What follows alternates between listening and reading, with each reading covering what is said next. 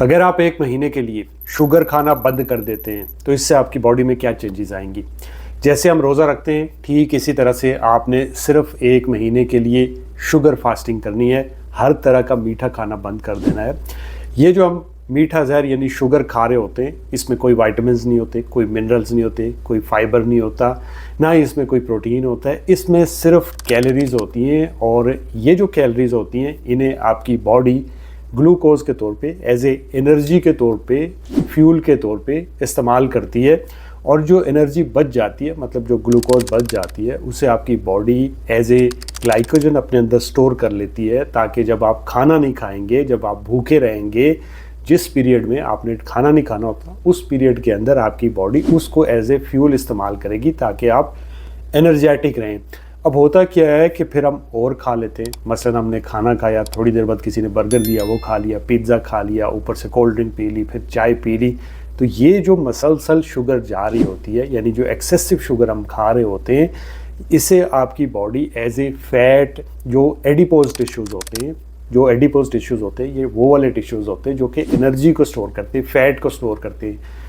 ये फैट की सूरत में स्टोर होना शुरू हो जाती है और हमारा विसरल फैट बनना शुरू हो जाता है। विसरल फैट कौन सा फैट होता है? सिंपल जुबान में जो आपके इंटरनल ऑर्गन को प्रोटेक्ट करता है उसे विसरल फैट कहते हैं। और ये इतना ख़तरनाक फैट होता है कि अगर किसी को अपना पेट कम करवाना है तो वो लाइपोसक्शन करवाए, तब भी ये जो फैट होता है इसको आप ख़त्म नहीं कर सकते। इसको सिर्फ आप डाइट और एक्सरसाइज से ख़त्म कर सकते हैं। अब इसकी वजह से आपकी बॉडी का फैट परसेंटेज बढ़ने लगता है, आपकी बॉडी का वेट बढ़ने लगता है। और जिसकी सबसे बड़ी अलामत ये होती है कि अगर आप अपने पेट को देखेंगे तो आपको अपने पेट का साइज़ बड़ा नज़र आएगा।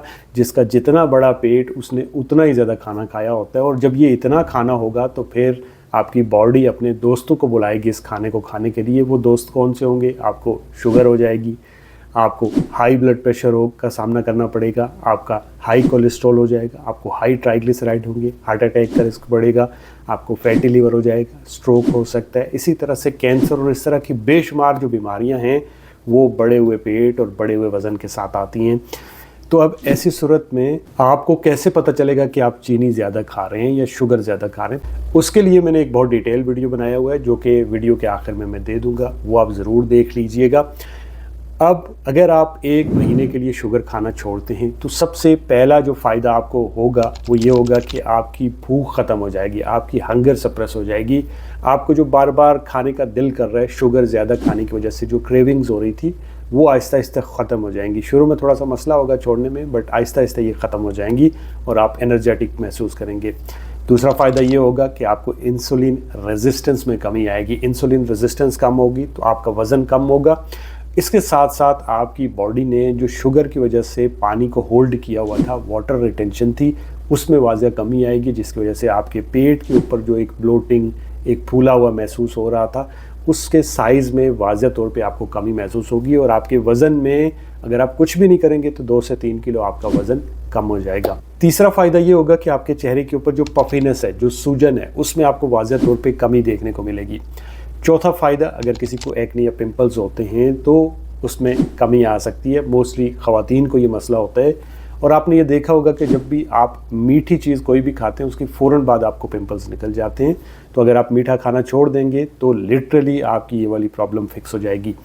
5वें नंबर पे अगर किसी को फैटी लिवर है, क्योंकि ये इंसुलिन रेजिस्टेंस की वजह से होता है, तो इंसुलिन रेजिस्टेंस में कमी आएगी तो आहिस्ता आहिस्ता आपके जो जिगर के ऊपर चर्बी चढ़ी हुई है वो उतरना शुरू हो जाएगी और आपका फैटी लिवर रिवर्स होना शुरू हो जाएगा।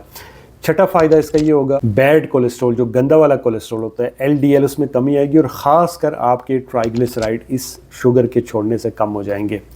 7वें नंबर पे आपको ये फ़ायदा होगा कि आपको ब्रेन फॉग कम होगी, आप मेंटली अलर्ट रहेंगे, आपकी याददाश्त में बेहतरी आएगी और जो आपके ब्रेन फंक्शंस हैं, जो कॉग्निटिव फंक्शंस हैं, वो इम्प्रूव होंगे।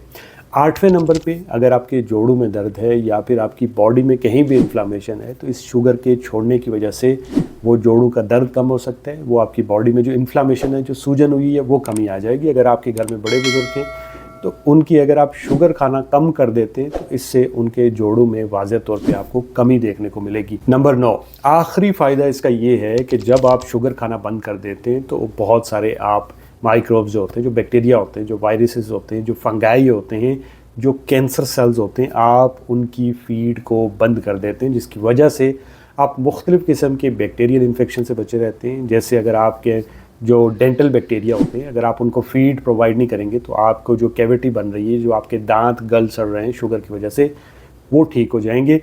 इसी तरह से अगर आप शुगर खाना बंद करते हैं तो जो फंगस होती है उसकी फेवरेट जो डिश होती है वो शुगर होती है, वो चीनी होती है। तो अगर वो बंद कर देंगे तो आपको फंगल इन्फेक्शन कम हो जाएगा। इसी तरह से मुख्तलिफ तरह के जो कैंसर सेल्स होते हैं उनको उनकी फीड नहीं मिलती, जिसकी वजह से आप मुख्तलिफ तरह के कैंसर से बचे रह सकते हैं। तो ये थे 9 बड़े बड़े फ़ायदे जो कि आप शुगर फास्टिंग से ले सकते हैं। आपने सिर्फ 1 महीने की शुगर फास्टिंग करनी है और मुझे कमेंट में बताना है आपको इससे कितना फ़ायदा हुआ। तो हमें याद रखिएगा, वीडियो अच्छे लगे तो लाइक, कमेंट, शेयर, सब्सक्राइब। अल्लाह हाफ़िज़।